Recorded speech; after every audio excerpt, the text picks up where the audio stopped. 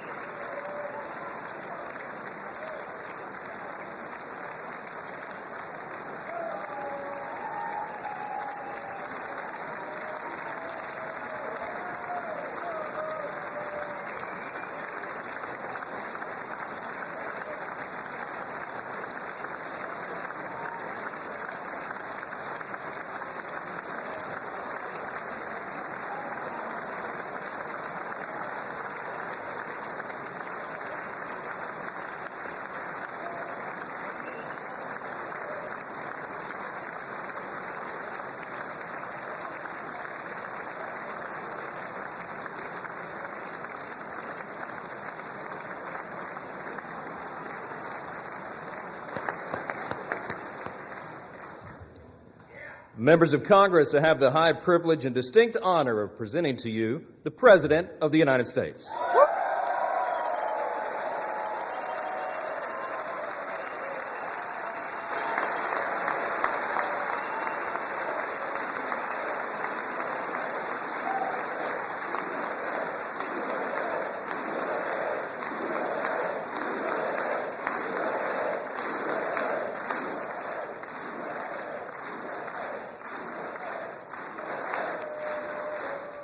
Well, thank you very much, everybody. It's really an honor. Speaker Johnson, Vice President Vance, First Lady of the United States.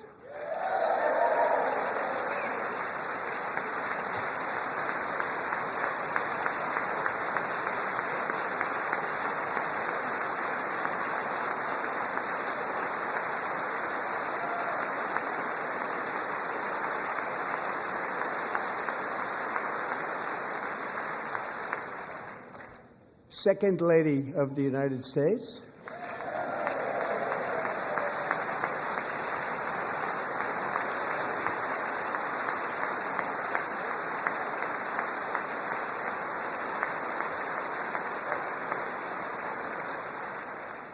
Members of Congress and my fellow Americans, our nation is back, bigger, better, richer, and stronger than ever before.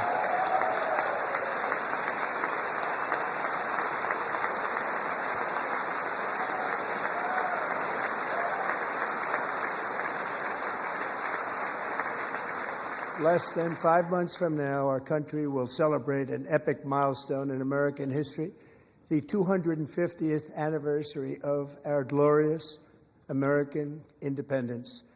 This July 4th, we will mark 2.5 centuries of liberty and triumph, progress and freedom in the most incredible and exceptional nation ever to exist on the face of the earth. And you've seen nothing yet. We're going to do better and better and better. This is the golden age of America.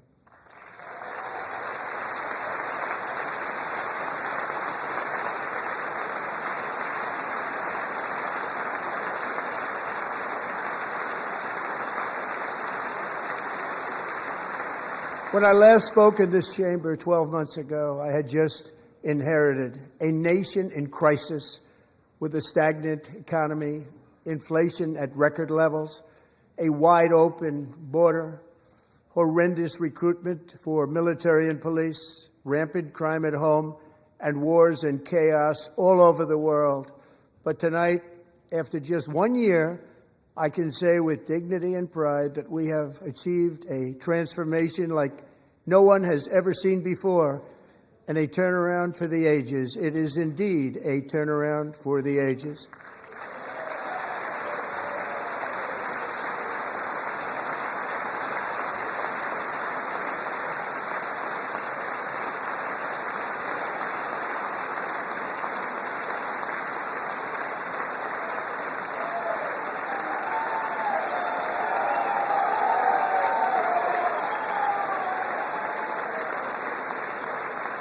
And we will never go back to where we were just a very short time ago. We're not going back. Today our border is secure.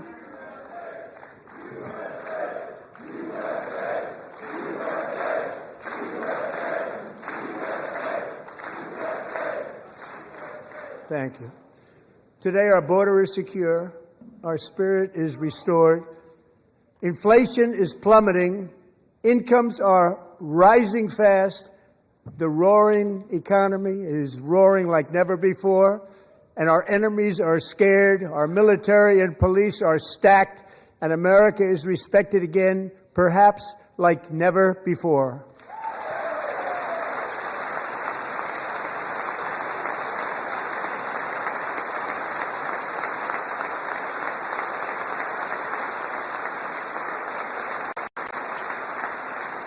After 4 years in which millions and millions of illegal aliens poured across our borders, totally unvetted and unchecked, we now have the strongest and most secure border in American history by far.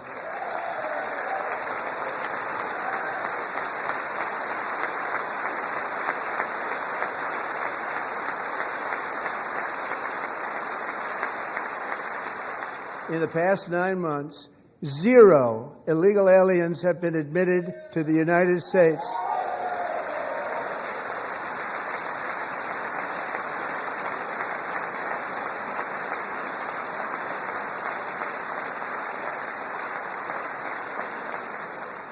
But we will always allow people to come in legally, people that will love our country and will work hard to maintain our country.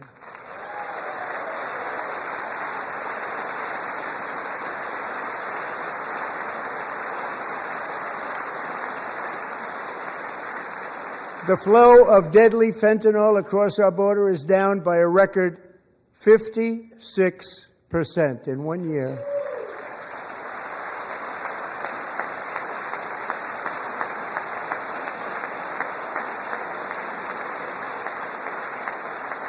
And last year, the murder rate saw its single largest decline in recorded history. This is the biggest decline, think of it, in recorded history, the lowest number in over 125 years, year 1900. In fact, substantially before my wonderful father, I had a wonderful father, Fred, before he was born, substantially before he was born.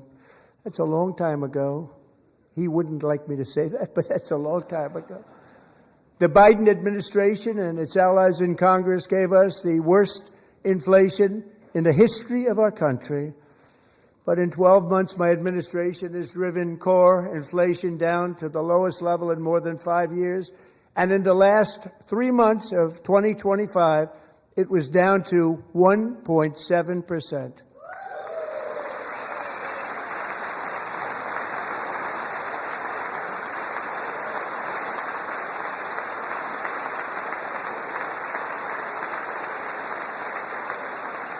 Gasoline, which reached a peak of over $6 a gallon in some states under my predecessor, it was quite honestly a disaster, is now below $2.30 a gallon in most states, and in some places $1.99 a gallon. And when I visited the great state of Iowa just a few weeks ago, I even saw $1.85 a gallon for gasoline.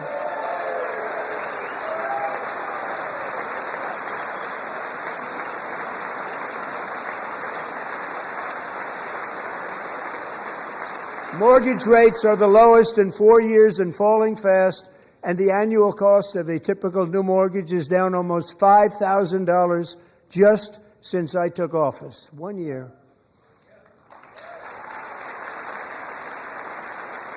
And low interest rates will solve the Biden-created housing problem while at the same time protecting the values of those people who already own a house that really feel rich for the first time in their lives. We want to protect those values. We want to keep those values up. We're going to do both. And we are going to keep it that way. The stock market has set 53 all-time record highs since the election. Think of that. 1 year.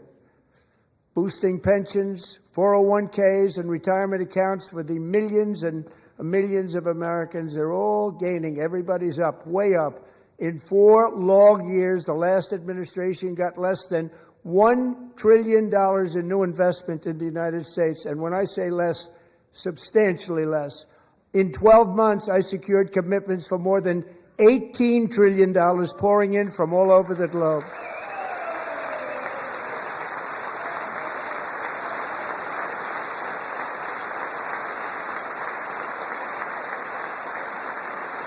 Think of it, much less than $1 trillion for 4 years versus much more than $18 trillion for 1 year. What a difference a president makes. A short time ago, we were a dead country. Now we are the hottest country anywhere in the world, the hottest.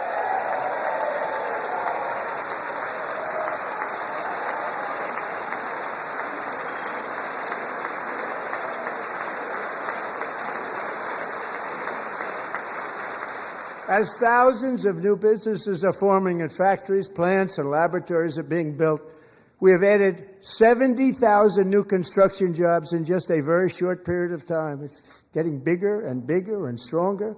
Nobody can believe what they're watching.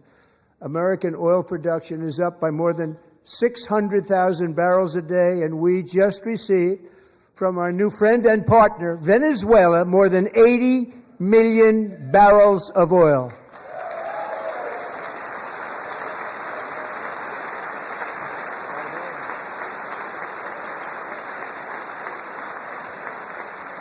American natural gas production is at an all-time high because I kept my promise to drill, baby, drill.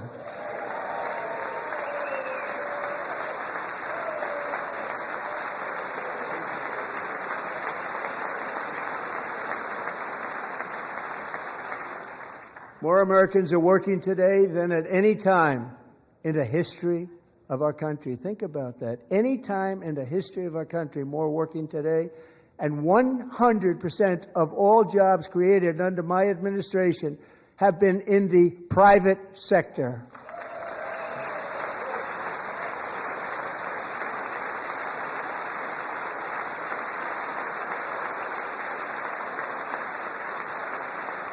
We ended DEI in America.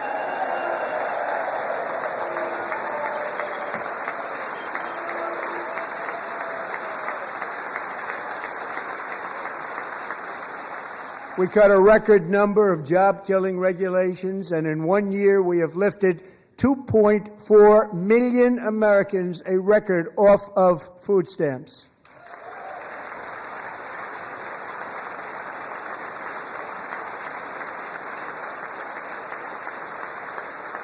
And for all of these reasons, I say tonight, members of Congress, the state of our union is strong.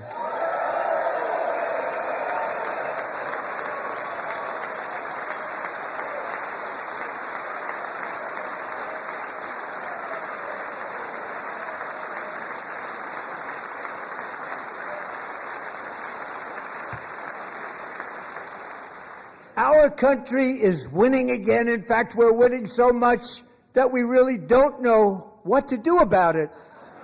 People are asking me, please, please, please, Mr. President, we're winning too much. We can't take it anymore. We're not used to winning in our country.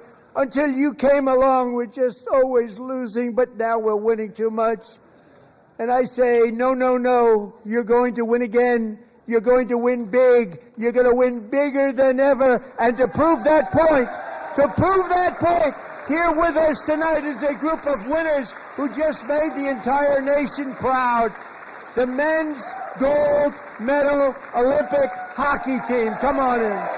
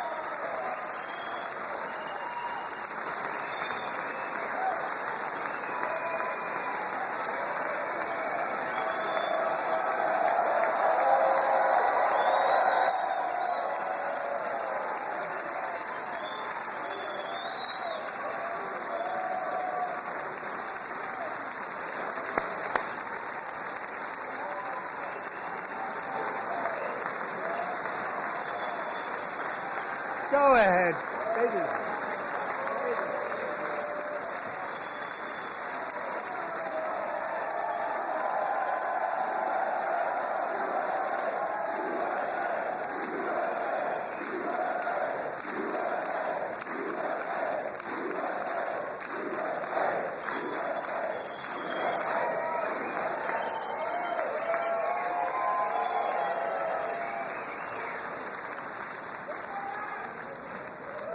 That's the first time I've ever seen them get up. And actually, not all of them did get up. But they beat a fantastic Canadian team in overtime, as everybody saw, as did the American women who will soon be coming to the White House.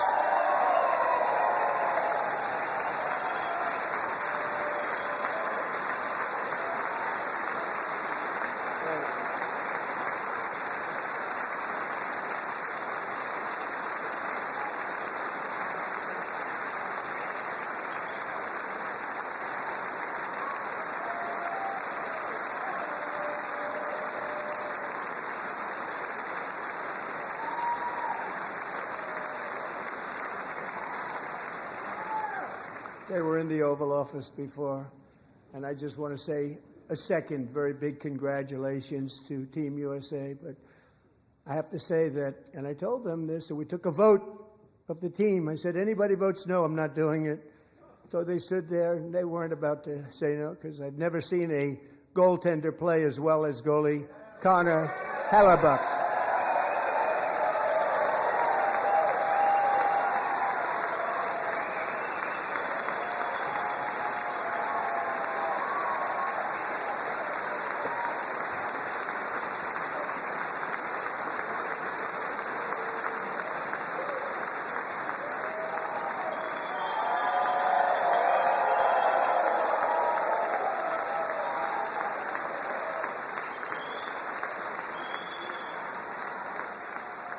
Think of it, 46 shots on goal, and I asked him, the one shot, the one where you put your stick in the back and it hit the neck of your stick and bounced off, do you practice that, or was that a little lucky?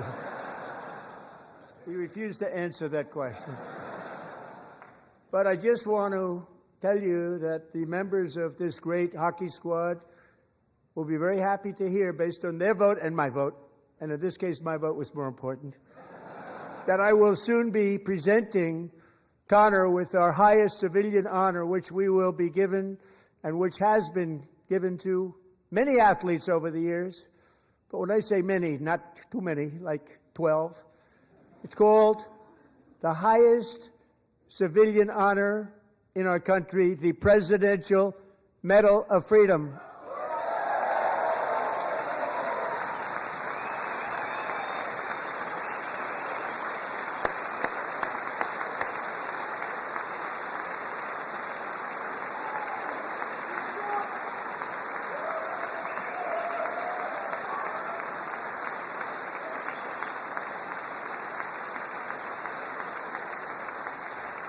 Great athletes have gotten that, very great, the best, and I thought he deserved it. And I did take a vote, every single one of them. I said, I'm not giving it if anybody goes no, and every single one of them rapidly put up their hand. So I want to thank you. What a special job you did. What special champions you are. Thank you very much.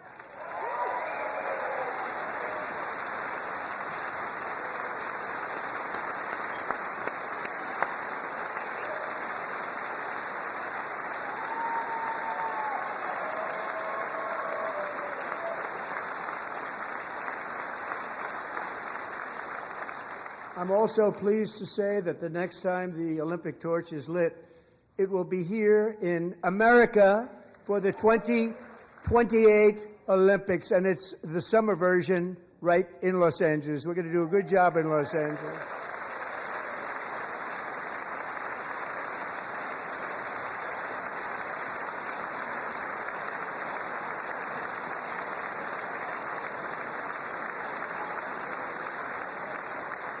And Los Angeles is going to be safe, just like Washington, D.C. is now one of the safest cities in the country.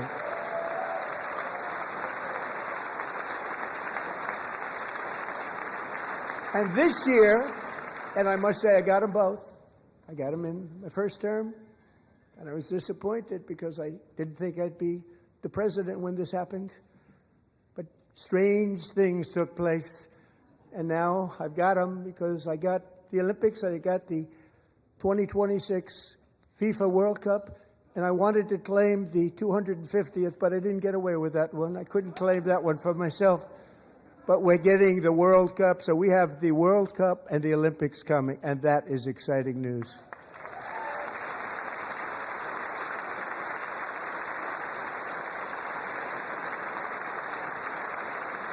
So this will be a year to celebrate our country and the heroes who have kept it free. Men like Buddy Taggart.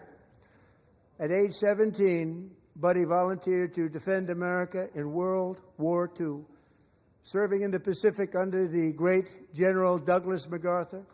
He fought bravely in the famous Battle of Manila, worked so hard. He was badly wounded and almost killed by enemy machine guns in Luzon. And 81 years ago this month, he liberated the largest internment camp in the Philippines, one of the largest anywhere in the world.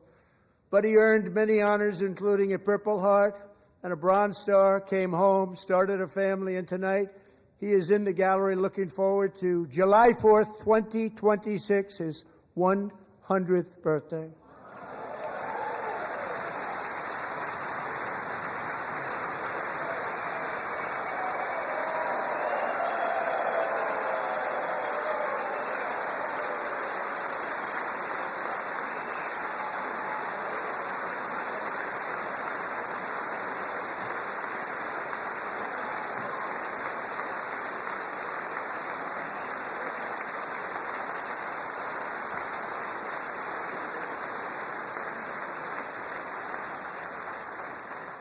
So, Buddy, you're a brave man, and we salute you. Even in times of challenge, setback, and immense heartache, the spirit of 1776 has always shone through very brightly. It was July 4th of last year when floodwaters tore through a girls' summer camp in Central Texas, one of the worst things I've ever seen. I was there, rising 26 feet in the matter of minutes, tragically claiming many, many lives. You all remember that one. As the waters threatened to sweep her away, 11-year-old Millie Kate McClymont closed her eyes and prayed to God. She thought she was going to die. Those prayers were answered when Coast Guard rescue swimmer Scott Ruskin descended from a helicopter above. Nobody knew where he came from. It was Scott's first ever rescue mission, a young guy, but very brave, very, very top, always top in his class. And he lifted not just Millie Kate, but 164 others to safety.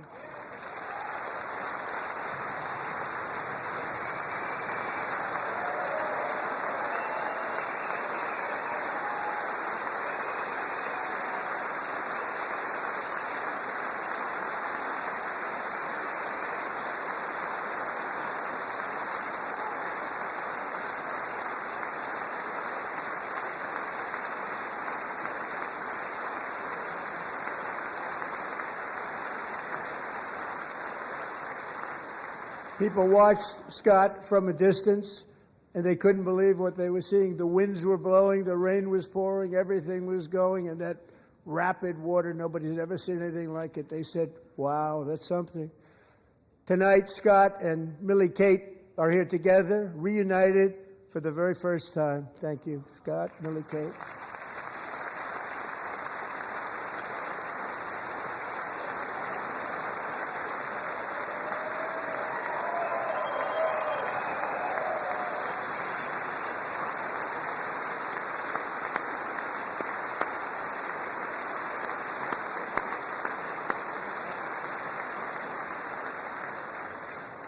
And Petty Officer Ruskin, I'm pleased to inform you that I am now awarding you the Legion of Merit for extraordinary heroism, which is what it was, extraordinary heroism. Thank you.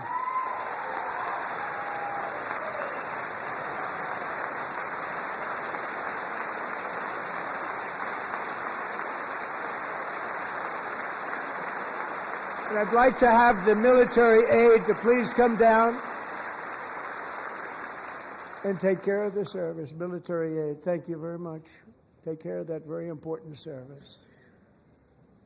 Thank you very much. From 1776 to today, every generation of Americans has stepped forward to defend life, liberty, and the pursuit of happiness. And they're really doing it for the next generation. But now it's our turn. Together we're building a nation where every child has the chance to reach higher and go further, where government answers to the people, not the powerful, and where the interests of hardworking American citizens are always our first and ultimate concern. That is the debt we owe to the heroes who came before us, and that is the promise we must keep to America for our 250th year. Last year, I urged this Congress to begin the mission by passing the largest tax cuts in American history, and our Republican majorities delivered so beautifully. Thank you, Republicans.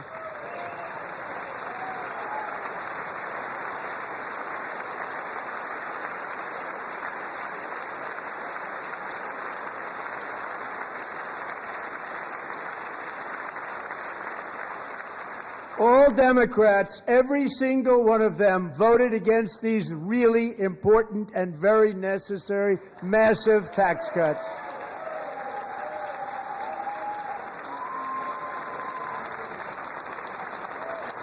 They wanted large-scale tax increases to hurt the people instead. But we held strong, and with the great, big, beautiful bill, we gave you no tax on tips, no tax on overtime, and no tax on Social Security for our great seniors.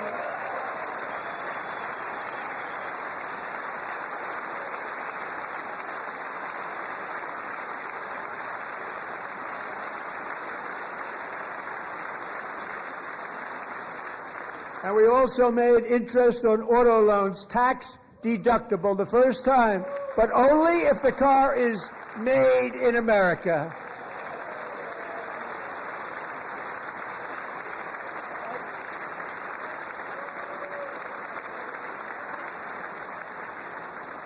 Recently in Pennsylvania, I met Megan Hemhauser, a devoted mom who's homeschools her children, beautiful, 2 children, during the day while waiting tables at night as her husband works overtime operating very heavy equipment.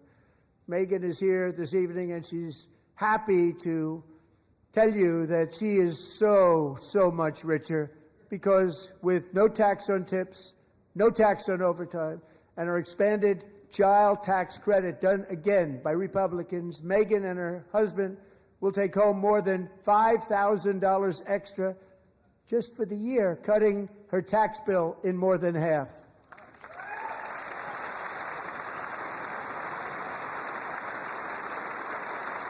Megan, please stand up. We're fighting for you, Megan.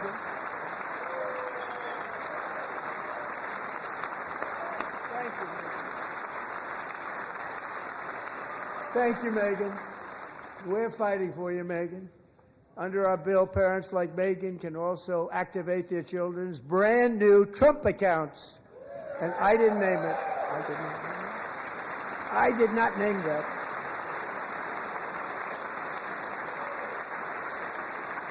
Nobody believes me, but I did not name it. It was named by a very tall man sitting right there in the third row. Nice man, a good man. Tax-free investment accounts for every American child. This is something that's so special and has taken off and gone through the roof.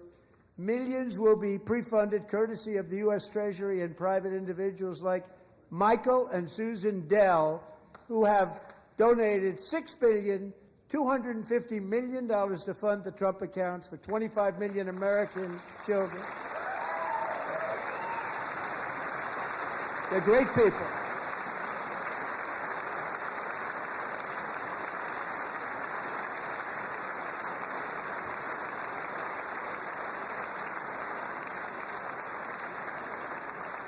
When I asked Michael Dell, how do you make all that money? He said, well, I just sat on my dorm in school, and I made computers, and I'd sell them to people. And I just kept selling and selling and selling, and pretty amazing story. That's called the American dream. He sold a lot of computers, a lot of those laptops, so I congratulate him on that, but I really thank him and Susan, as well as others like Brad Gerstner, a very tremendous guy. He was behind it right from the beginning. Brad Gerstner. Thank you, Brad.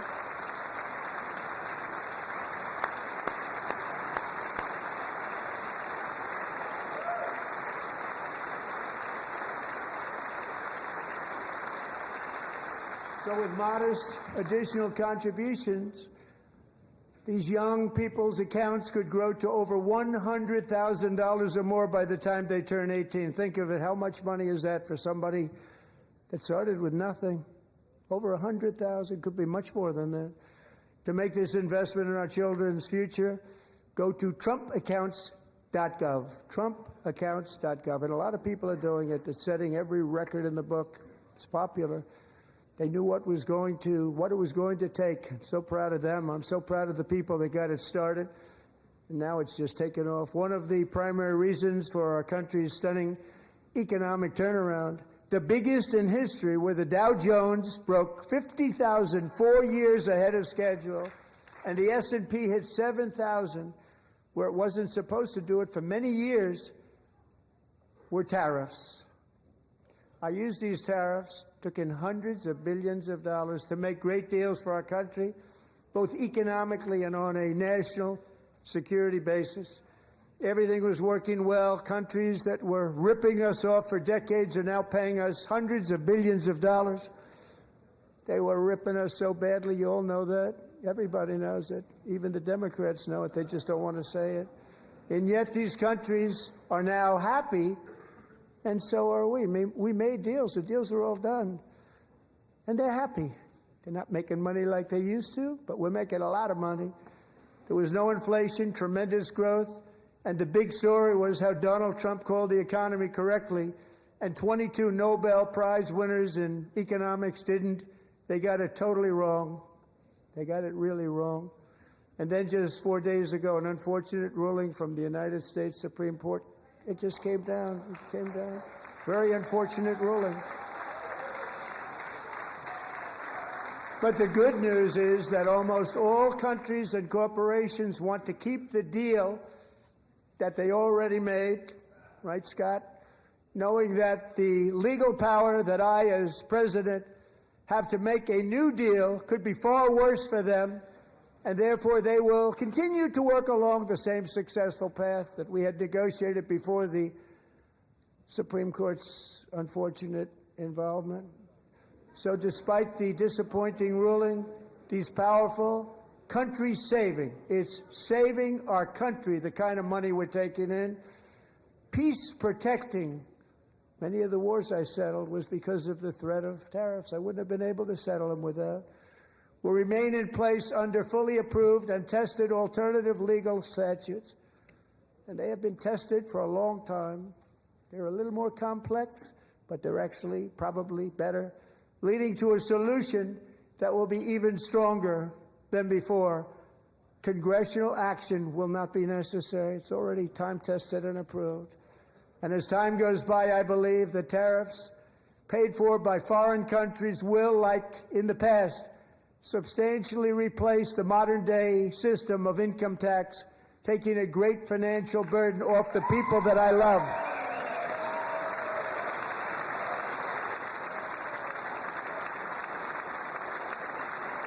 Right?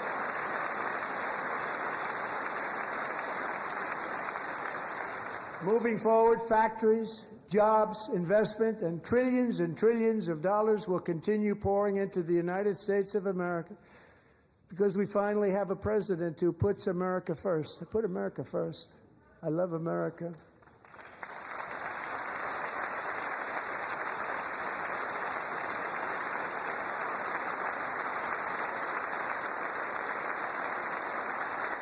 For decades before I came along, we had the exact opposite.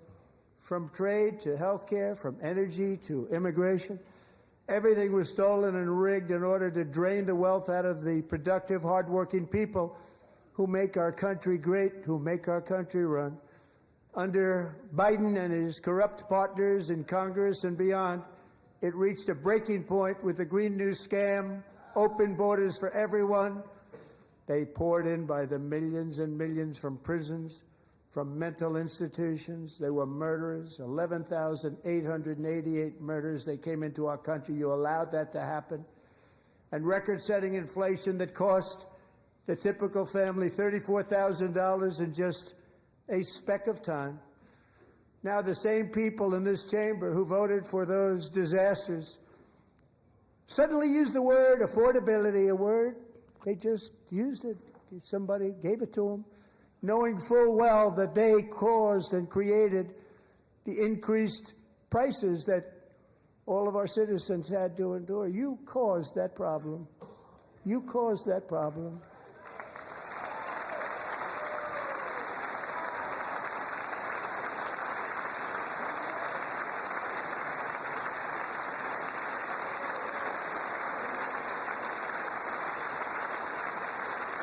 They knew their statements were a lie. They knew it.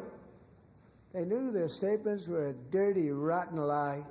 Their policies created the high prices Our policies are rapidly ending them. We are doing really well. Those prices are plummeting downward.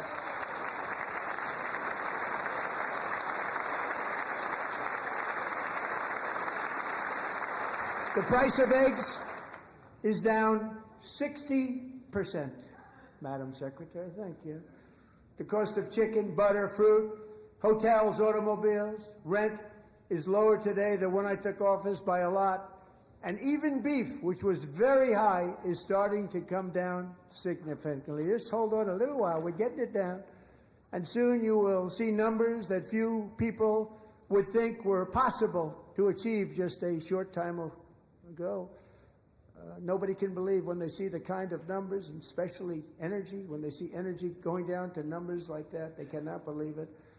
It's like another big tax cut. I'm also confronting one of the biggest ripoffs of our times, the crushing cost of health care caused by you. Since the passage of the Unaffordable Care Act, sometimes referred to as Obamacare, big insurance companies have gotten rich. It was meant for the insurance companies, not for the people.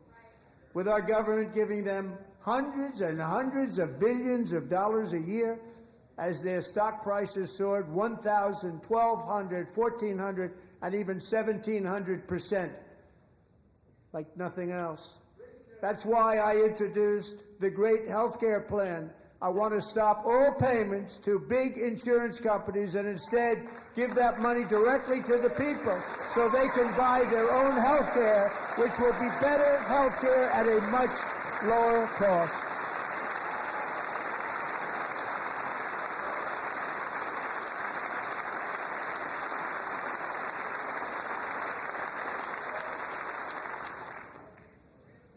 In addition, my plan requires maximum price transparency. That's a big deal. Sounds so simple, so big.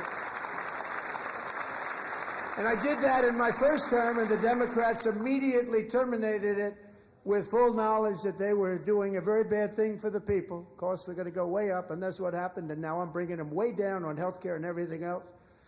I'm also ending the wildly inflated cost of prescription drugs like has never happened before.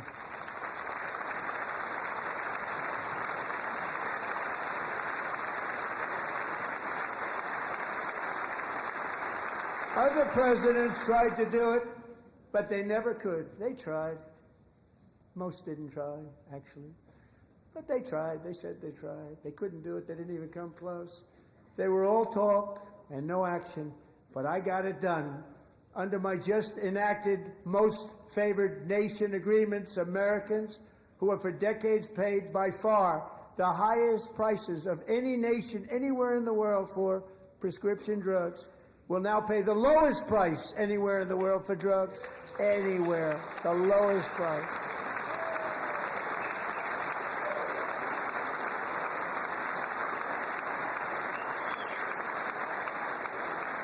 So in my first year of the second term,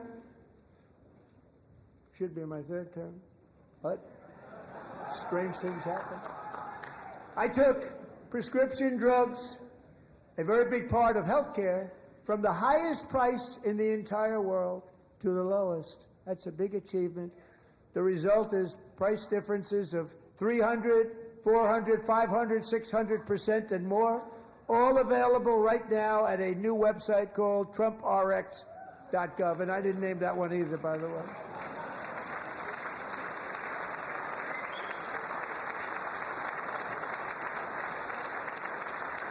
And here tonight is the very first customer ever to get that big discount, and it is big, Catherine Rayner. For 5 years, she and her husband have struggled with infertility, and they turned to IVF. One drug has been costing Catherine $4,000 to purchase, but a few weeks ago, she logged onto the TrumpRx website and got that same drug that cost $4,000, got it for under $500. A reduction of much more, actually, than $3,500. Catherine, we are all praying for you, and you're going to be a great mom.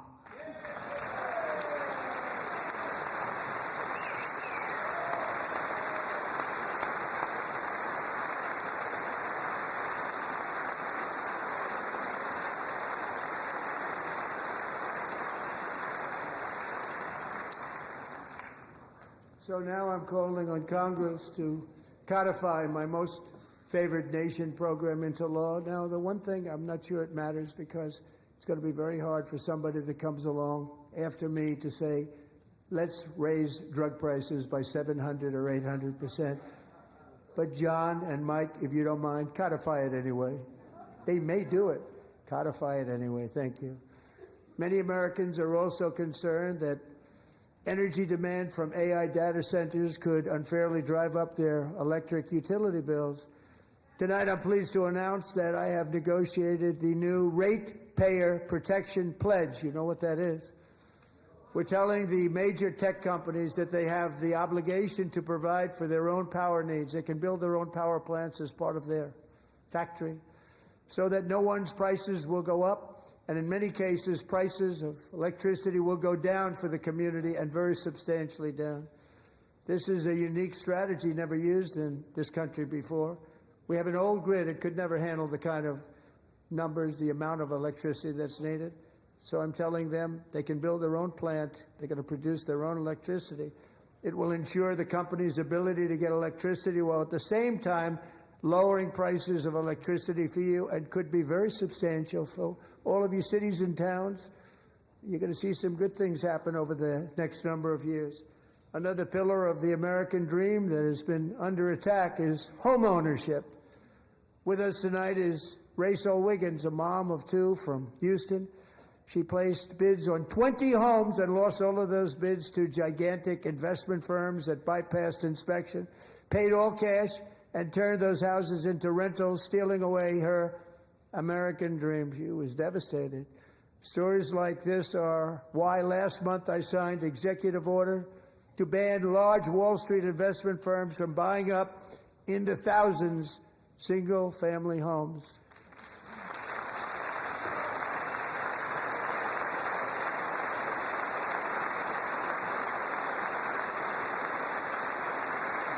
And now I'm asking Congress to make that ban permanent, because homes for people, really, that's what we want. We want homes for people, not for corporations. Corporations are doing just fine. Rachel, thank you very much. Good luck with your home. You'll get one soon.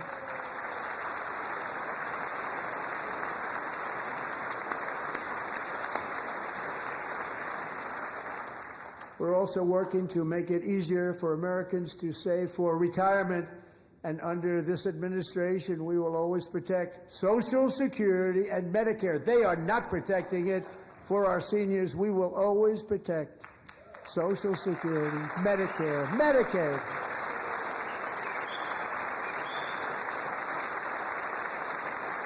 Since I took office, the typical 401k balance is up by at least $30,000. That's a lot of money.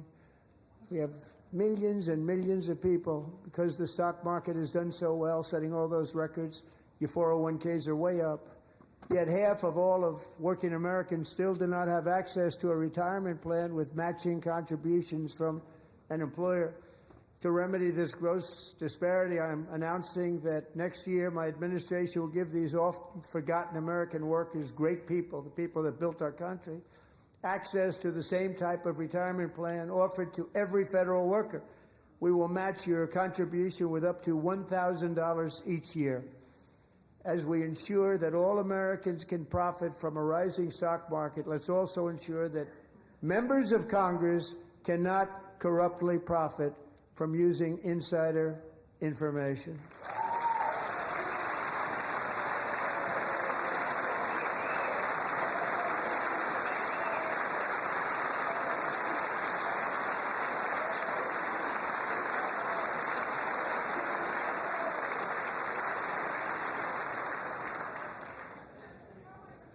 They stood up for that. I can't believe it. I can't believe it. Did Nancy Pelosi stand up if she's here? Doubt it. Pass the Stop Insider Trading Act without delay.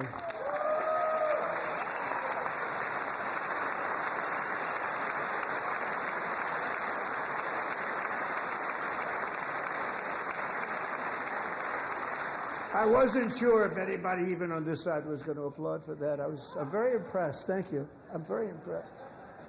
But when it comes to the corruption that is plundering, it's plundering America. There's been no more stunning example than Minnesota, where members of the Somali community have pillaged an estimated $19 billion from the American taxpayer. Oh, we have all the information. And in actuality, the number is much higher than that. And California, Massachusetts, Maine, and many other states are even worse. This is the kind of corruption that shreds the fabric of a nation, and we are working on it like you wouldn't believe. So tonight, although started 4 months ago, I am officially announcing the war on fraud to be led by our great Vice President J.D. Vance.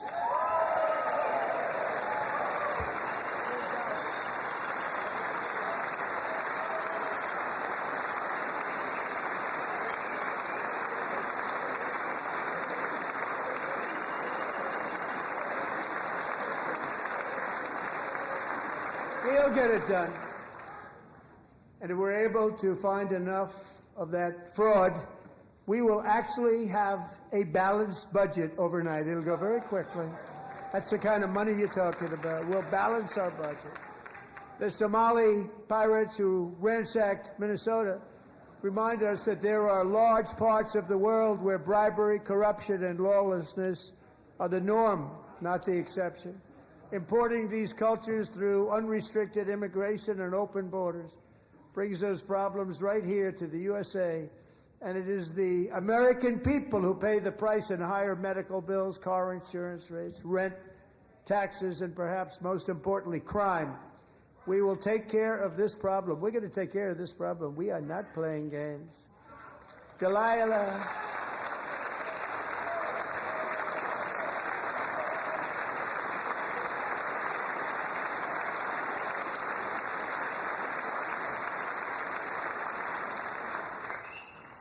Delilah Colden was only 5 years old in June 2024 when a 18-wheel tractor trailer plowed into her stopped car traveling at 60 miles an hour or more. The driver was an illegal alien let in by Joe Biden and given a commercial driver's license by open borders politicians in California.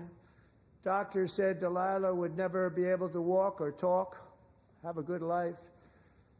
She wouldn't even be able to eat again. But against all odds, she is now in the first grade learning to walk. And she's here this evening with her dad, Marcus, a fantastic man. Delilah, please, you are a great inspiration. Please stand up.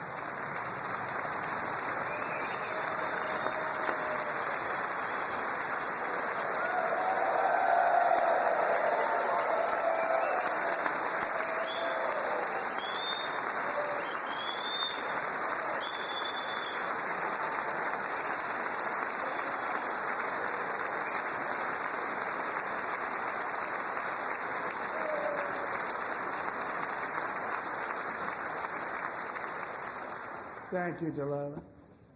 Many, if not most, illegal aliens do not speak English and cannot read even the most basic road signs as to direction, speed, danger, or location. That's why tonight I'm calling on Congress to pass what we will call the Delilah Law, barring any state from granting commercial driver's licenses to illegal aliens.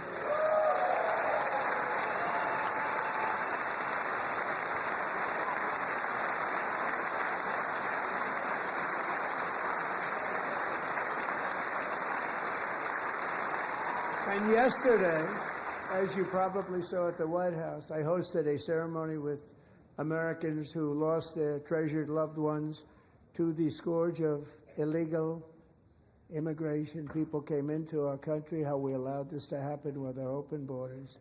These are the angel moms and families that for decades our government betrayed and our media totally ignored. It was terrible.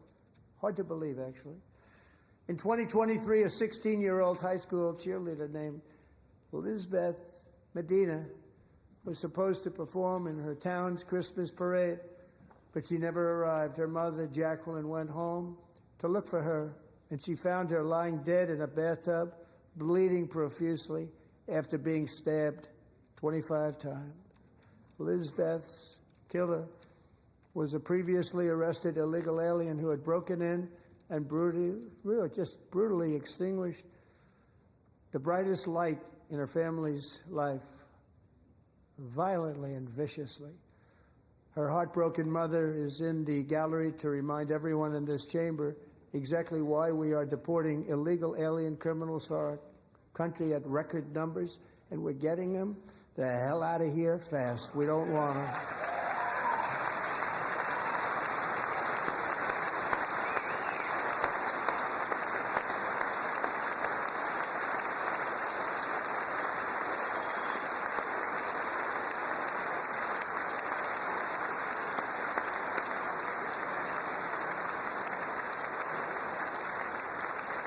Thank you very much, Jacqueline. Thank you. We can never forget that many in this room not only allowed the border invasion to happen before I got involved, but indeed they would do it all over again if they ever had the chance. If they ever got elected, they would open up those borders to some of the worst criminals anywhere in the world. The only thing standing between Americans and a wide open border right now is President Donald J. Trump and our great Republican patriots in Congress. Thank you. Thank you.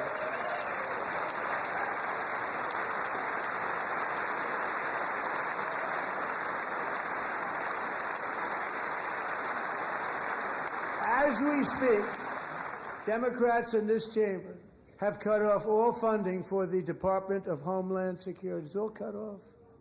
It's all cut off. They have instituted another Democrat shutdown, the first one costing us 2 points on GDP. 2 points we lost on GDP, which probably made them quite happy, actually. Now they have closed the agency responsible for protecting Americans from terrorists and murderers. Tonight I'm demanding the full and immediate restoration of all funding for the border security, homeland security of the United States, and also for helping people clean up their snow. We have no money because of the Democrats, and it would be nice. We'd love to give you a hand at cleaning it up, but you gave no money. Nobody's getting paid. It's a shame. So you have to think about it. We have, in case you didn't know, a pretty large snowstorm out there. One of the great things about the State of the Union is how it gives Americans the chance to see clearly what their representatives really believe. So tonight I'm inviting every legislator to join with my administration in reaffirming a fundamental principle. If you agree with this statement, then stand up and show your support.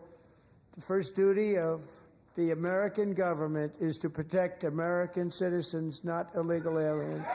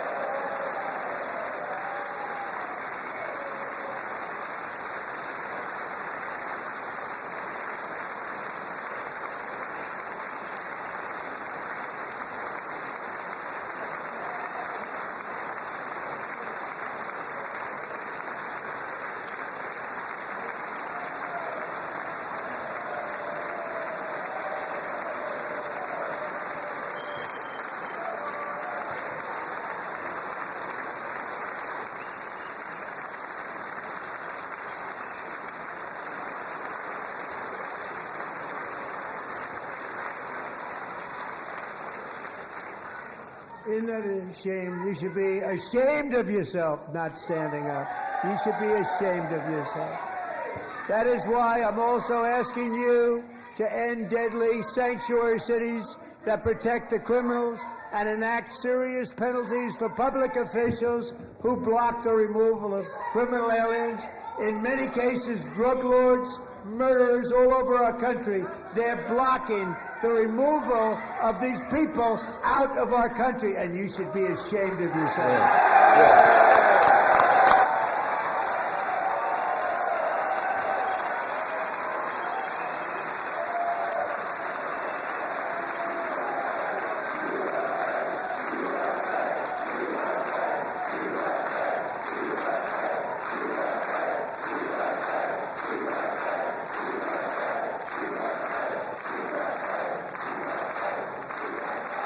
And perhaps most importantly, I'm asking you to approve the Save America Act.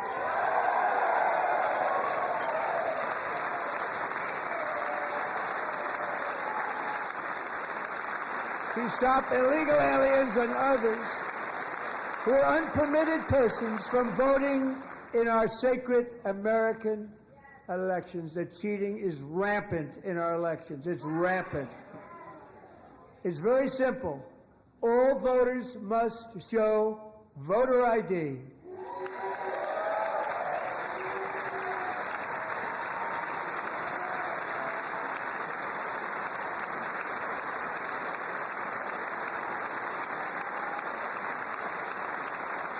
All voters must show proof of citizenship in order to vote.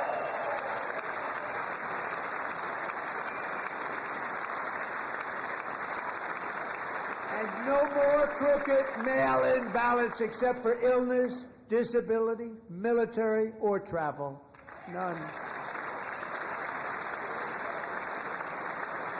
And this should be an easy one. And by the way, it's polling at 89%, including Democrats. 89%.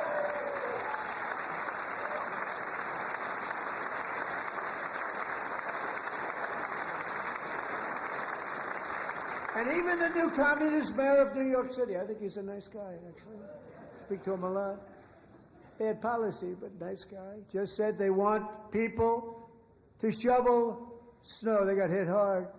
Wants them to shovel snow, but if you apply for that job, you need to show 2 original forms of ID and a Social Security card. Yet they don't want identification for the greatest privilege of them all, voting in America. No, it's no good. No good. Both Republicans and Democrats overwhelmingly agree on the policy that we just enunciated. And Congress should unite and enact this common sense, country-saving legislation right now, and it should be before anything else happens.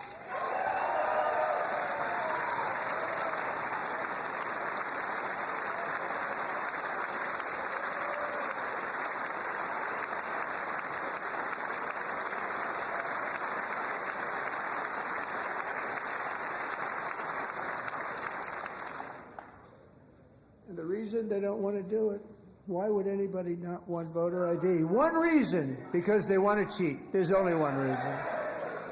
They make up all excuses. They say it's racist. They come up with things. You almost say, what imagination they have. They want to cheat. They have cheated. And their policy is so bad that the only way they can get elected is to cheat. And we're going to stop it. We have to stop it, John.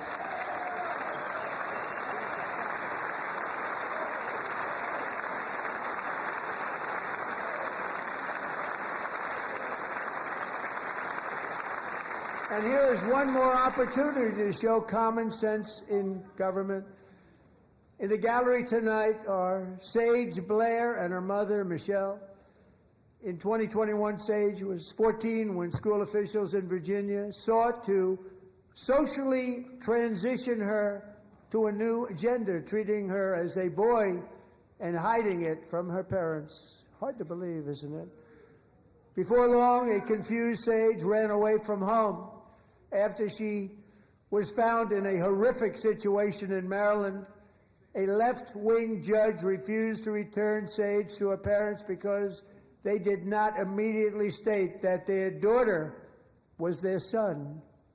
Sage was thrown into an all-boys state home and suffered terribly for a long time. But today, all of that is behind them because Sage is a proud and wonderful young woman with a full-ride scholarship to Liberty University. Sage and Michelle, please stand up.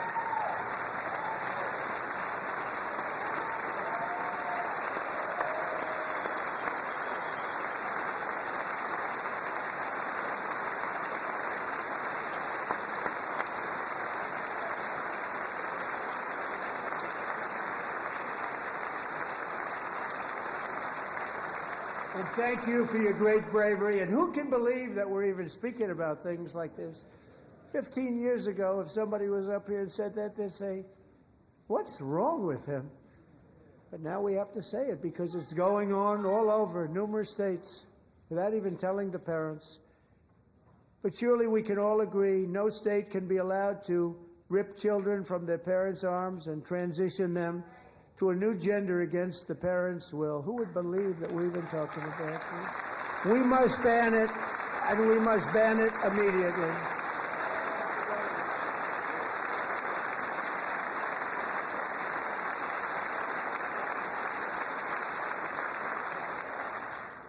Look, nobody stands up. These people are crazy, I'm telling you. They're crazy.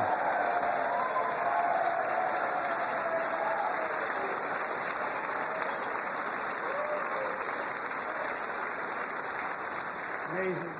Incredible. Boy, oh boy. We're lucky we have a country. With people like this, Democrats are destroying our country, but we've stopped it just in the nick of time, didn't we? Huh?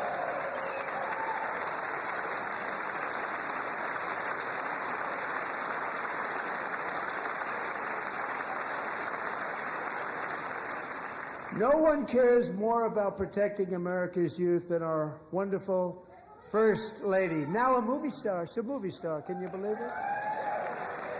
Who would have believed that?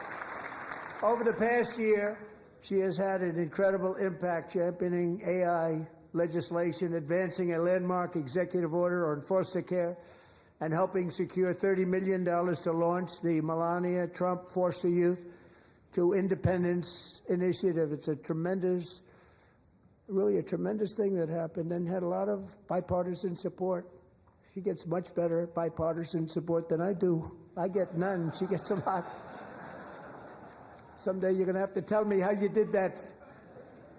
And students and educators in every state have joined the First Lady's efforts in the presidential AI challenge, keeping America's next generation positioned to succeed and strongly succeed in the future. Tonight, we welcome two young people whose lives reflect the First Lady's impact, Sierra Burns and Everest Nevermont. Thank you both, and Melania, thank you. I know how hard you worked on it. Thank you very much.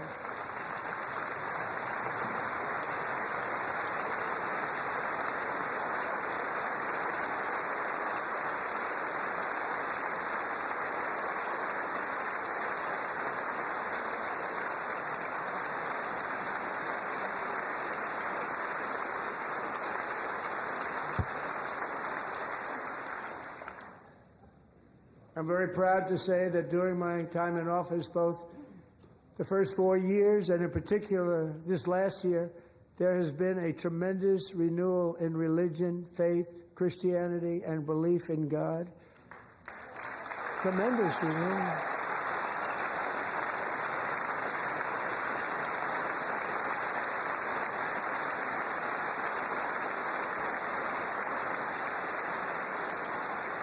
This is especially true among young people, and a big part of that had to do with my great friend, Charlie Kirk, a great guy, great man.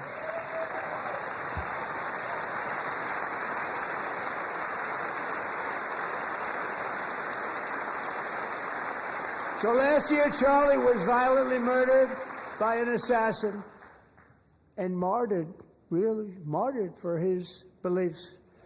His wonderful wife, Erica, is with us tonight. Erica, please stand.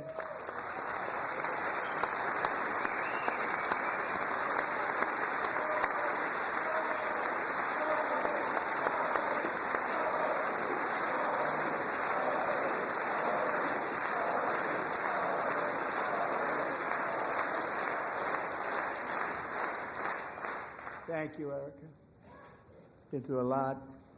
In Charlie's memory, we must all come together to reaffirm that America is one nation under God, and we must totally reject political violence of any kind.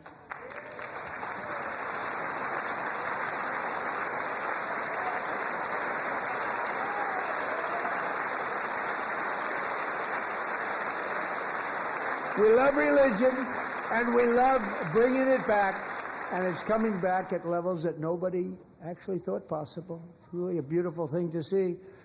Above all, unleashing America's promise requires keeping our communities safe.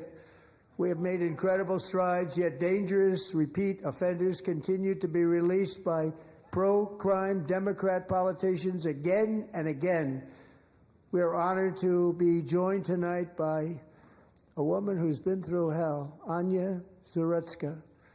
In 2022, she and her beautiful daughter, so beautiful, what a beautiful young woman, Irina, fled war-torn Ukraine to live with relatives near Charlotte, North Carolina. And by the way, what's going on with Charlotte? Last summer, 23-year-old Irina was riding home on the train when a deranged monster who had been arrested over a dozen times and was released through no cash bail, stood up and viciously slashed a knife through her neck and body. No one will ever forget. There were people on that train.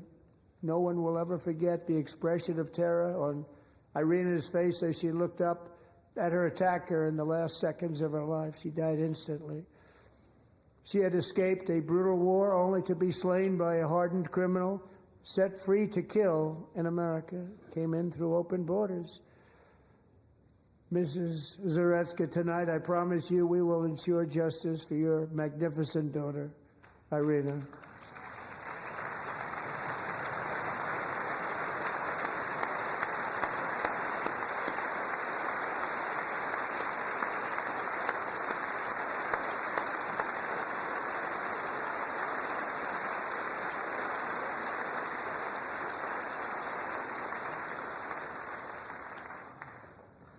How do you not stand?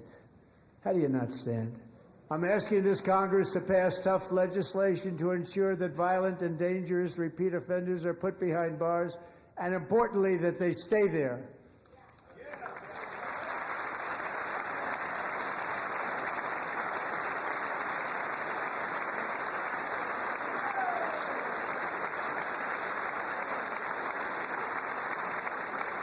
Starting last summer, I deployed our National Guard and federal law enforcement to restore law and order to our most dangerous cities, including Memphis, Tennessee, big success, New Orleans, Louisiana, big success, and our nation's capital itself, Washington, D.C., where we have almost no crime anymore in Washington, D.C. How did that happen?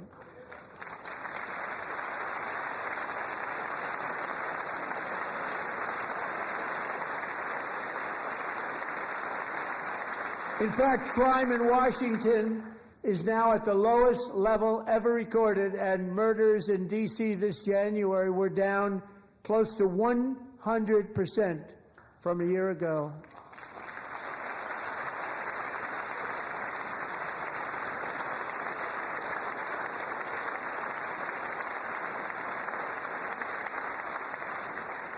They don't like to hear that. One of the sick people, one of the brave service members who helped achieve this stunning turnaround was 20-year-old West Virginia Army National Guard Specialist Sarah Beckstrom. After a 4-month deployment, she voluntarily extended her service, and her rank was going to be lifted.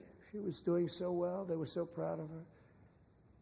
But the very next day, she was on patrol near the White House when she was ambushed and shot in the head by a terrorist monster from Afghanistan.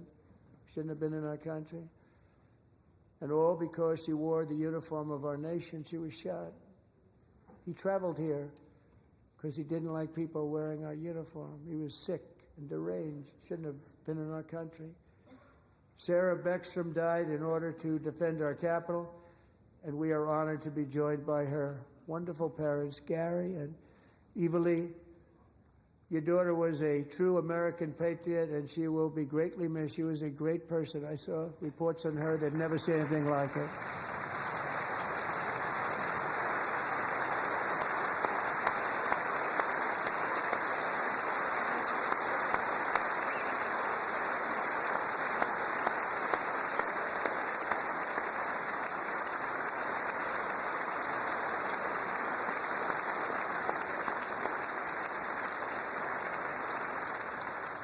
So sorry. Thank you very much.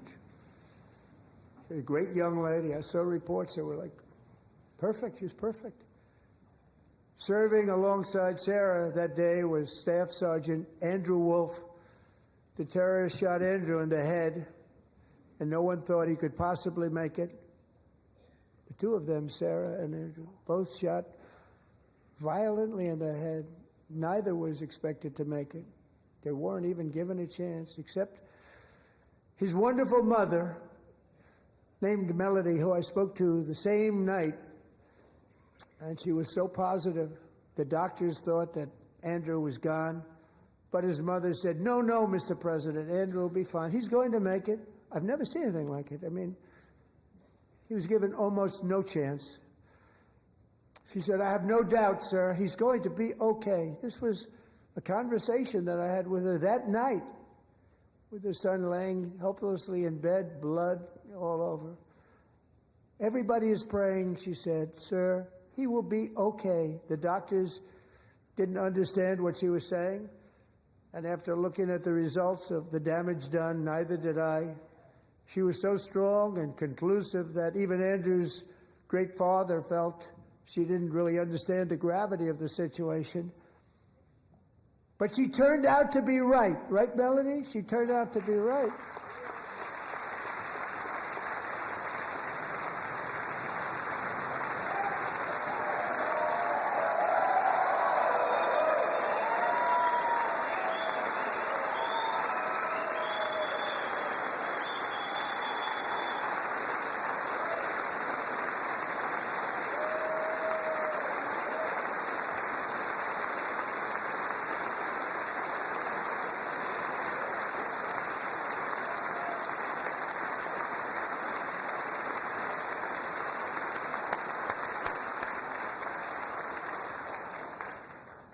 Amazing, actually.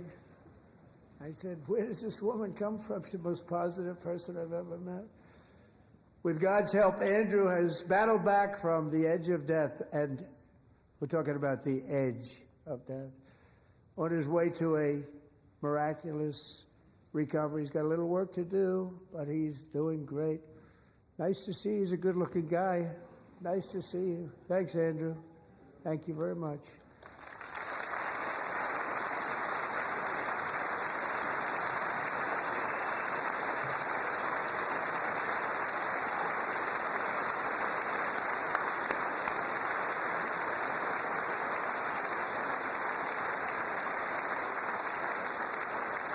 So, Andrew, while you're up, now I'm going to ask a highly respected General James Seward to present Staff Sergeant Andrew Wolf and the great family of Sarah Beckstrom with the award created by our late, great President George Washington himself. It's called the Purple Heart.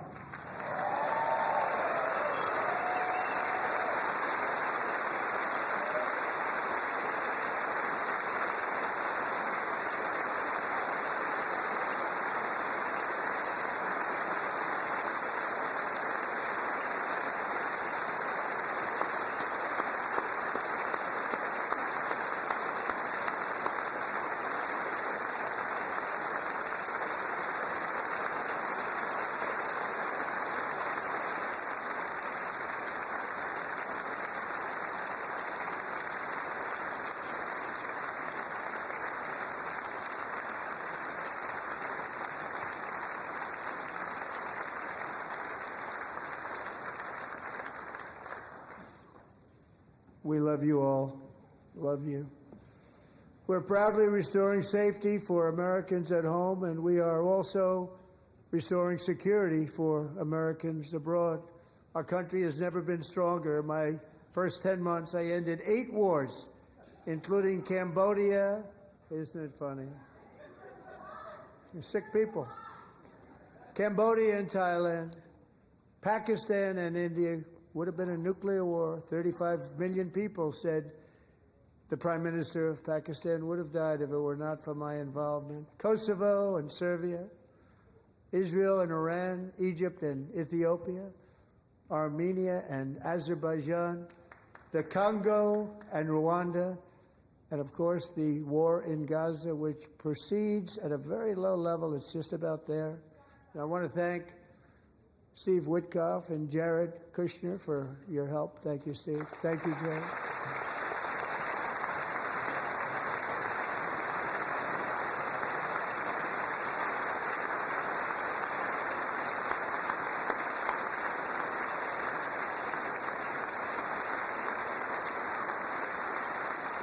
And I also want to thank the man they report to, Secretary of State Marco Rubio. Thank you, Marco.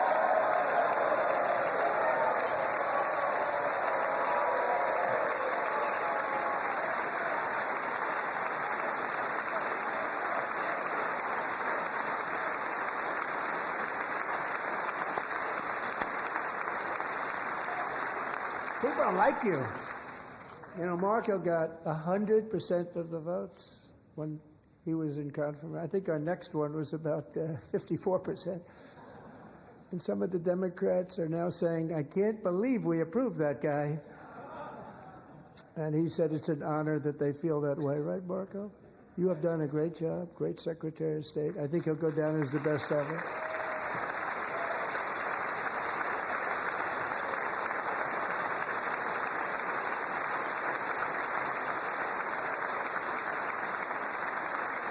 Under the ceasefire I negotiated, every single hostage, both living and dead, has been returned home. Can you believe that?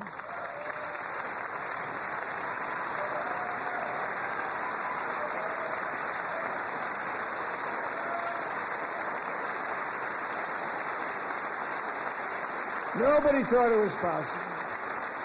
Nobody thought that was possible. Both living and dead. And those parents who had a dead son, their boy, they'd always tell me their boy, they wanted him as much as though he were living. It was an amazing period of time. And they came back, and when we got all of the living hostages back, and many, many before them, but I always said those last 20 are going to be very tough, but we got many, many more, hundreds. But I said those last 20 are going to be tough. We got them back. But we only got back 14 or 15 of the dead of the 28. And believe it or not, Hamas worked along with Israel, and they dug and they dug and they dug. It's a tough thing to do, going through bodies all over, passing up 100 bodies sometimes for each one that they found. Tough job. And they finally got it back to 27. And then Steve and Jared, they got it back to 28. They found all 28. Nobody thought that was possible, but we did it. And I remember the family of the 28th. They were so grieved, but they were so happy as it's possible to be. They had their boy back. The mother said, "Sir, we have our boy back." What a period of time that was, but we got them all back. So thank you both very much. Great job.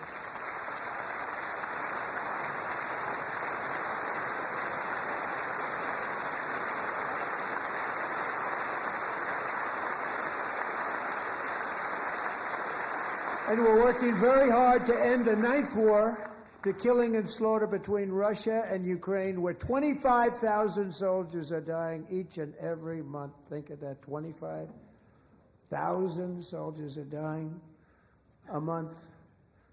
A war which would have never happened if I were president. Would have never happened. As president, I will make peace wherever I can, but I will never hesitate to confront threats to America wherever we must. That's why in a breakthrough operation last June, the United States military obliterated Iran's nuclear weapons program with an attack on Iranian soil known as Operation Midnight Hammer.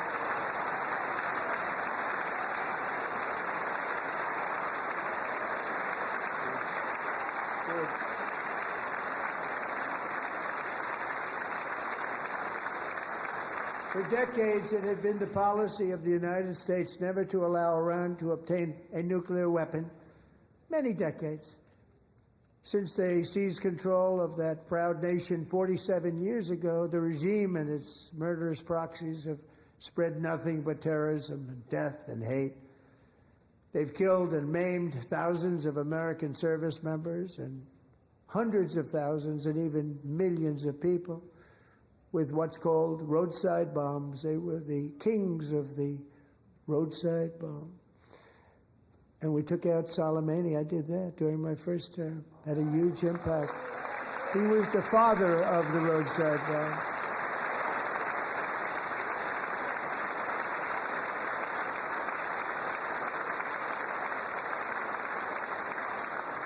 And just over the last couple of months with the protests, they've killed at least, it looks like, 32,000 protesters. 32,000 protesters in their own country. They shot them and hung them. We stopped them from hanging a lot of them with the threat of serious violence. But this is some terrible people. They've already developed missiles that can threaten Europe and our bases overseas, and they're working to build missiles that will soon reach the United States of America. After Midnight Hammer, they were warned to make no future attempts to rebuild their weapons program, and in particular, nuclear weapons. Yet they continue, starting it all over. We wiped it out, and they want to start all over again, and are at this moment again pursuing their sinister ambitions. We are in negotiations with them. They want to make a deal, but we haven't heard those secret words. We will never have a nuclear weapon. My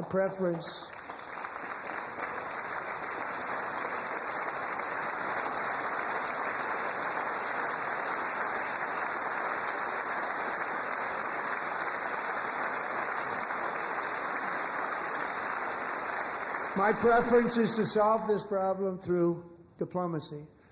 But one thing is certain, I will never allow the world's #1 sponsor of terror, which they are by far, to have a nuclear weapon. Can't let that happen.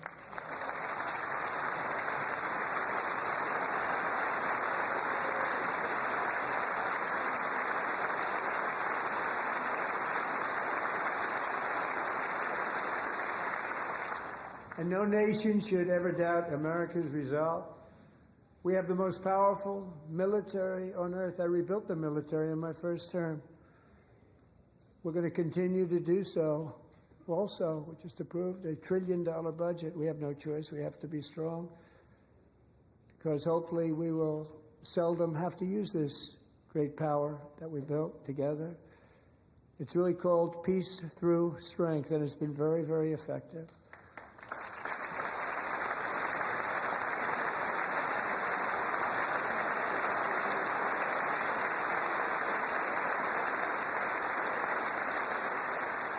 So thanks to Republicans in Congress, we're investing that record number of dollars, have no choice, in the United States Armed Forces.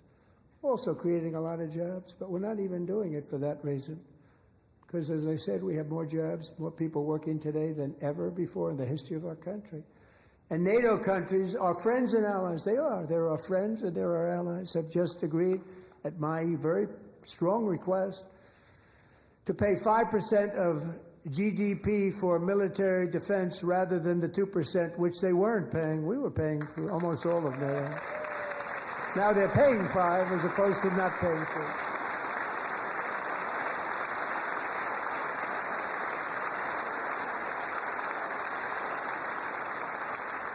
And getting that 5% was something which everyone said would never be done, could not happen. We got it really easily. One meeting. And big difference between 2% that's not paid. We were paying the freight of many of them. Very few were paid up. Now 5%, then they're paid. And everything we send over to Ukraine is sent through NATO, and they pay us in full. They pay us totally in full. Every branch of our armed forces is setting records for recruitment. This is so exciting. And every service member recently.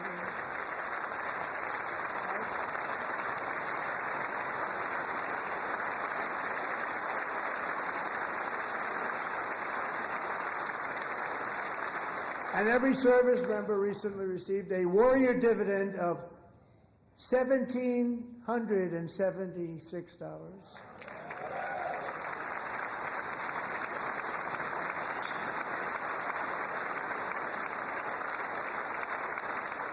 You know, they put it on my desk. We got the money from tariffs and other things, a lot of money we have. We have much more money than people understand.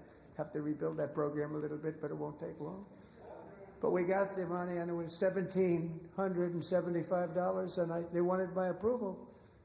And I said, what's the number? $1,775. I said, wait a minute. For one more dollar, we can have $1,776. It's going to... I said, we're going to figure that. I never asked anybody if we could afford it. One more dollar, I said $1,776. And I said, that's good. And I'll tell you what, our military, that was 4 months ago, our military, I never see a person in the military that doesn't thank me for it, so we're honored to do it. They deserve it. And we call it 1776. It was great. And we love our military. We love our law enforcement. We love our firemen. You know, the firemen don't get mentioned enough. We love our firemen. We're also...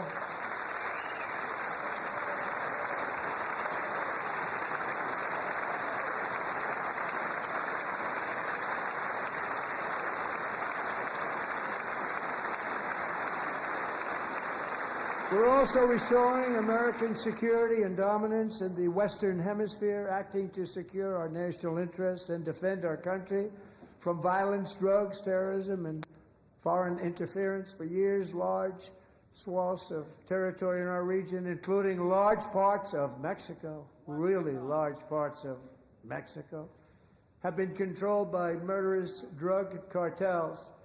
That's why I designated these cartels as foreign terrorist organizations, and I declared illicit fentanyl as a weapon of mass destruction.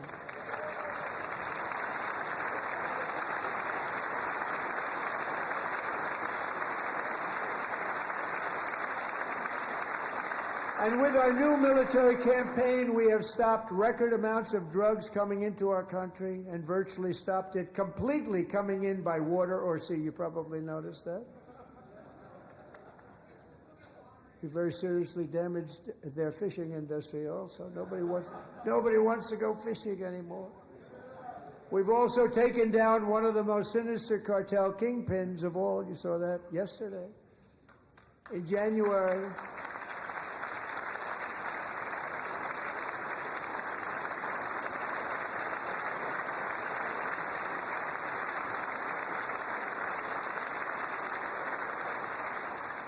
In January, elite American warriors carried out one of the most complex, spectacular feats of military competence and power in world history. No one's seen anything like it. Foreign leaders, I won't tell you who, called me and they said, very impressive, very impressive.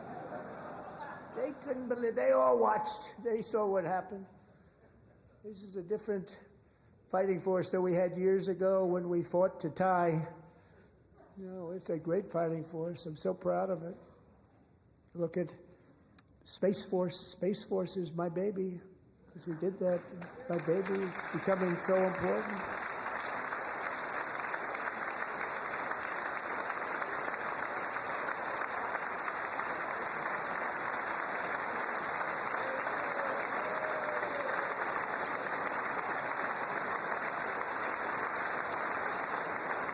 And America's armed forces overwhelmed all defenses and utterly defeated an enemy, good fighters, to end the reign of outlaw dictator Nicolas Maduro and bring him to face American justice.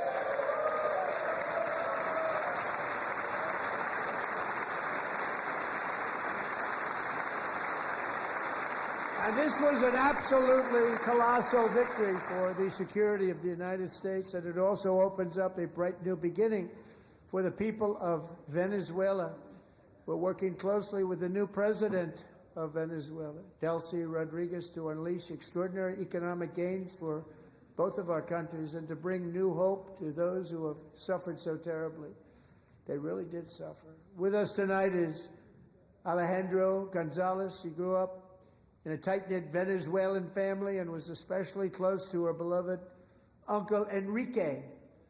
But after Enrique ran for office and opposed Maduro, he was kidnapped by Maduro's security forces and thrown into the regime's really infamous prison in Caracas. Alejandro feared she would never see her uncle again. She feared for her own life also. But since the raid, we have worked with the new leadership, and they have ordered the closure of that vile prison and released hundreds of political prisoners already, with more to come. Alejandro, I'm pleased to inform you that not only has your uncle been released, but he is here tonight. We brought him over to celebrate his freedom with you in person. Enrique, please come down.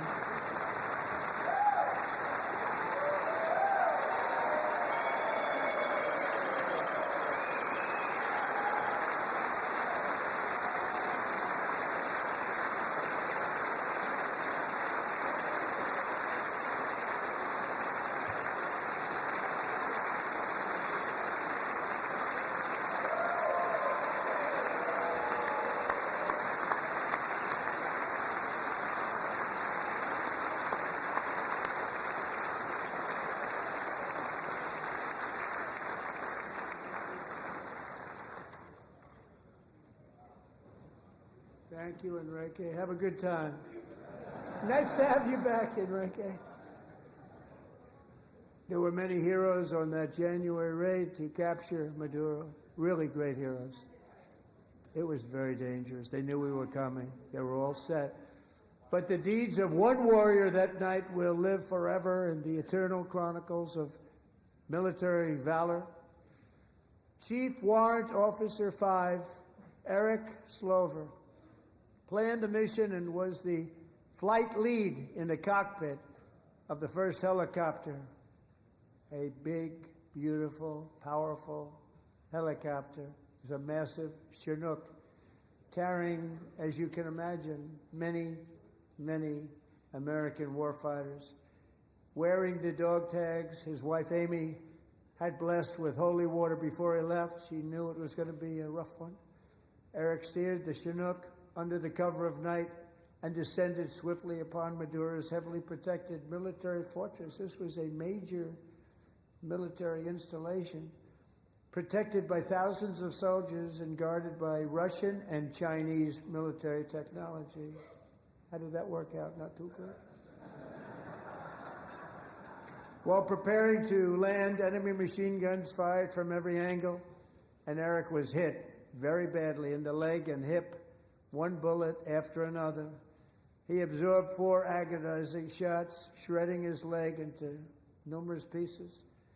And yet, despite the fact that the use of his legs was vital to successful helicopter flight, legs are the most important part of flying a helicopter, to deliver the many commandos who would capture and detain Maduro was the only thing Eric was thinking about. Then, even as he was gushing blood, which was flowing back down the aisle, helicopter lands at a steep angle. The machine guns stood right in front of him. They were right in front of him, 2 machine gunners who escaped the wrath of the previous planes. Eric maneuvered his helicopter with all of those lives and souls to face the enemy and let his gunners eliminate the threat.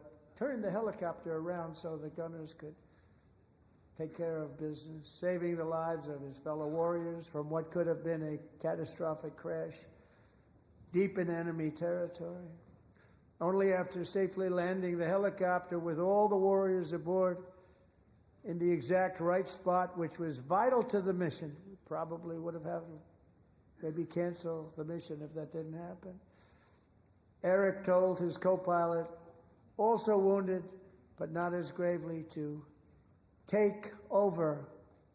I'm about ready to pass out. The success of the entire mission and the lives of his fellow warriors hinge on Eric's ability to take searing pain. It was unbelievable what's happened to his legs of the bullets and keep on flying and landing and People knew what was happening. Everybody in the back of the helicopter knew because they saw the blood pouring down the aisle.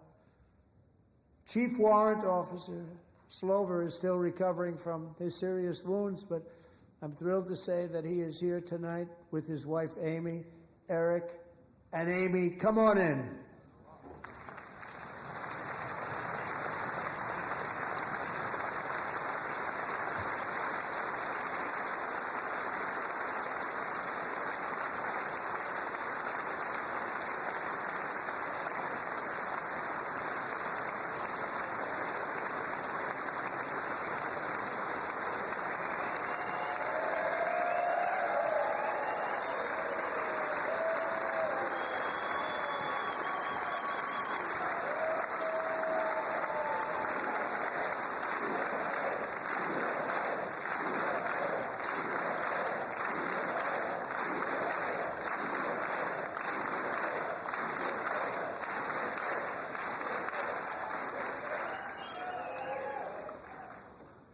So we have a surprise for Eric and Amy.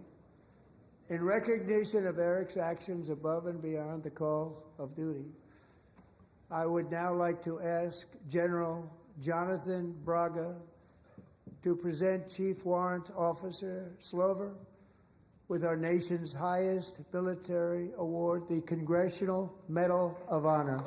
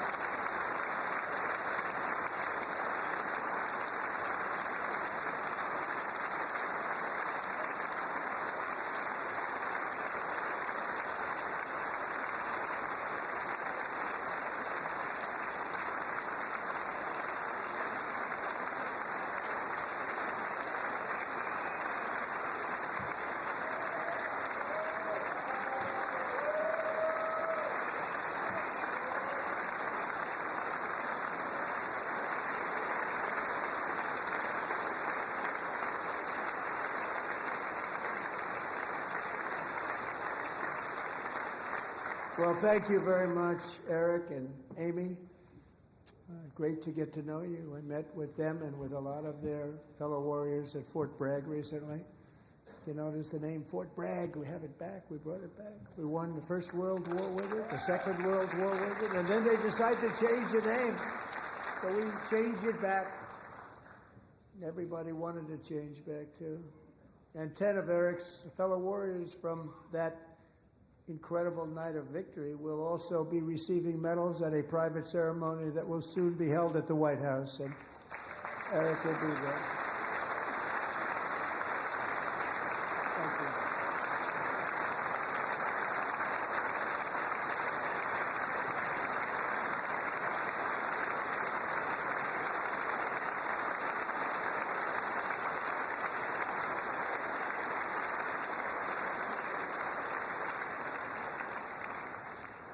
Thank you, Eric. That's a big one. Tonight we've celebrated many truly extraordinary American patriots, but there is one last living legend to honor before we go. He is one more heroic American aviator, Navy fighter pilot. Royce Williams served in World War II, Korea, Vietnam, flying more than 220 missions. In the skies over Korea in 1952, Royce was in the dogfight of a lifetime, legendary dogfight. Flying through blizzard conditions, his squadron was ambushed by 7 Soviet fighter planes. It was his first aerial combat of the war, and despite being massively outnumbered and outgunned, Royce led the takedown of 4 enemy jets and almost destroyed the others, vanquishing his adversaries while taking 263 bullets to his own plane and being seriously hurt. His story was secret for over 50 years. He didn't even want to tell his wife, but the legend grew and grew. But tonight, at 100 years old, this brave Navy captain is finally getting the recognition he deserves. He was a legend long before this evening. Royce, please stand up, and I will ask the First Lady of the United States to present Captain Royce Williams with his Congressional Medal of Honor.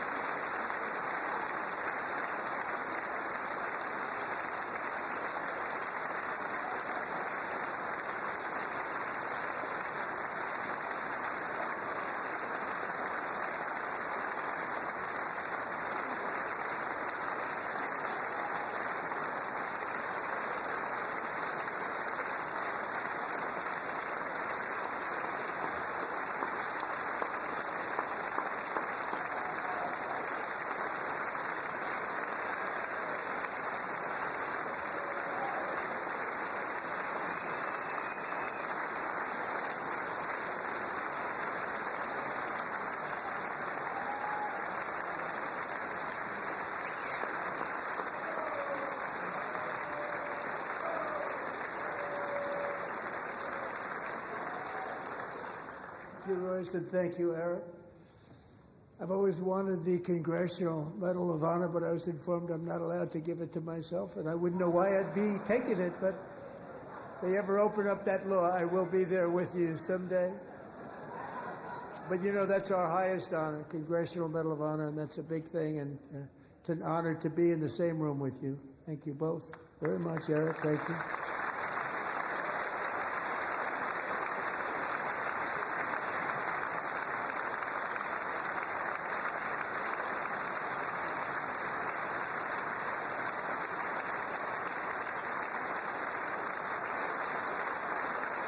Thank you. 250 years is a long time in the life of a nation, but in another sense, it's really a mere moment in the eye of history. Two of the gentlemen we met in the gallery this evening took their first breaths 1 century ago, 100 years before that, on July 4th, 1826, the author of the Declaration of Independence, brilliant, Thomas Jefferson, drew his last breath. Just a single long human lifespan separates the giants who declared and won our independence from the heroes who stand among us tonight. Everything our nation has done, everything we have achieved, has been the work of those few great lifetimes.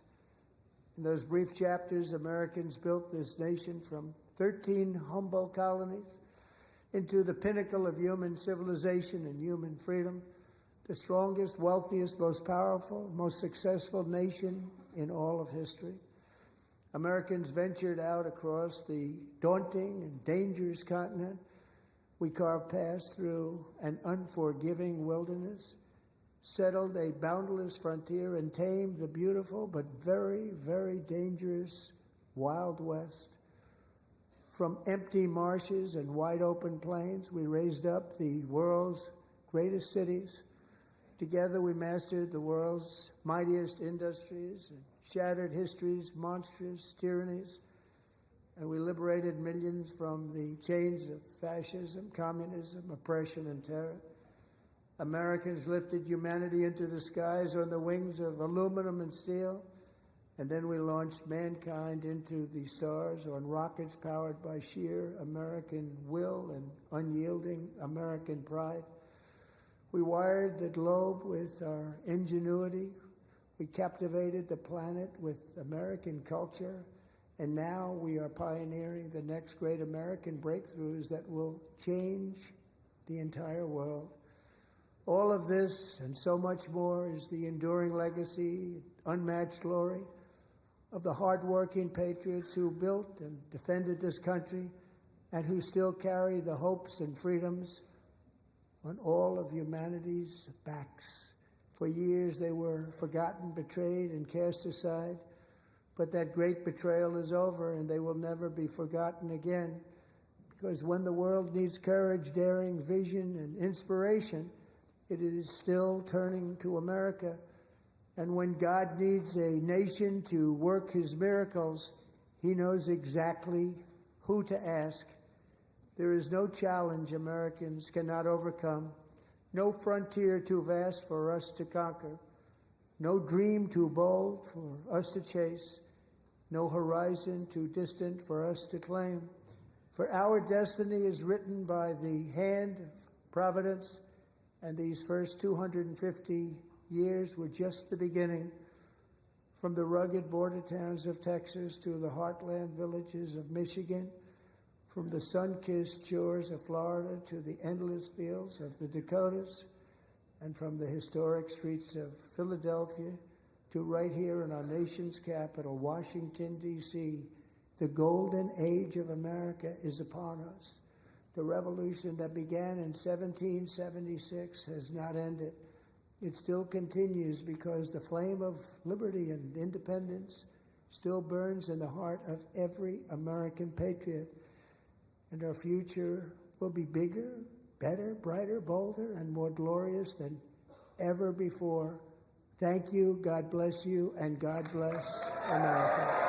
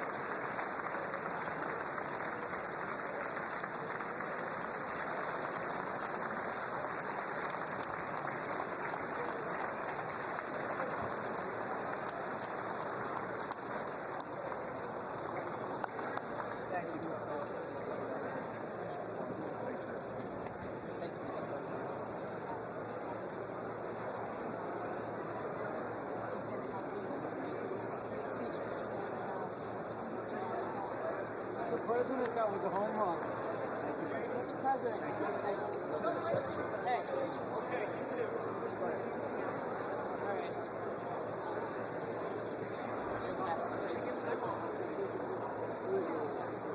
Good job. Thank you. Thank you. Very well done, sir. We'll see you Friday, Mr. President. Great job. Oh, good. See you. Good job, sir. Thank you. Well done. God bless you. Good job. Good man. Thank you very much. Excellent speech, Mr. President. I mean, Absolutely. excellent. I'm so proud. Thank you. Mr. President. Best Mr. President. Thank you. Best ever.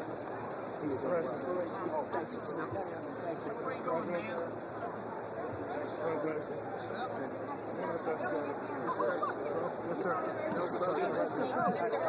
One of the best. I'm so proud of yourself. Thank you for honoring those veterans. Well, Virginia. Thanks. Good. I think you should take the rest of the day off. I think we have to. We're going to have to. Thank you. All right, guys. You killed it. Thank you, What a Virginia. great Best speech. speech with the president. It was amazing. It really was. Home run. Really a grand slam. Grand slam. America loves you, Loss. Thank you. It was amazing. America loves you. Oh, look at this guy. I like that tie. I want that tie. Give me that tie. Thank you. Hey, take that. Put it on initial. Just an initial. Thank you, Bob. I like that tie. Thank you. Excellent, Thank you, everybody. Mr. President, outstanding speech, sir. Mr. President. Here you will. He's getting them all. You did good. They love the insider trading stuff. Great guy. How's he doing? He's a youngster. He fell asleep a couple times. You did amazing. You really did. Great speech. Proud of you. Great job, Mr. President. Thanks for your Well done, leadership. Mr. President, well done. God bless you. God bless you, sir. Thank you so much. No good speech yet. Fantastic. That's a big statement coming from you guys. Thank you. Yes, sir. Love the finish. I'm the ambassador. Home run here. I want to see you sometime. Great job. Thank you, everybody. Great job. Great. Thank you. Thank you, everybody. That was the best speech. Thank you very much. Speech I've ever heard. Really, the best ever? That's a nice coming from you. That's a big statement. It's also the longest. Great job on television. Also the longest president. Thank you so much. Take care. Thank you. Still need to talk to you. Congratulations, Mr. President. Thank you. Mr. President. Hold it. That's great.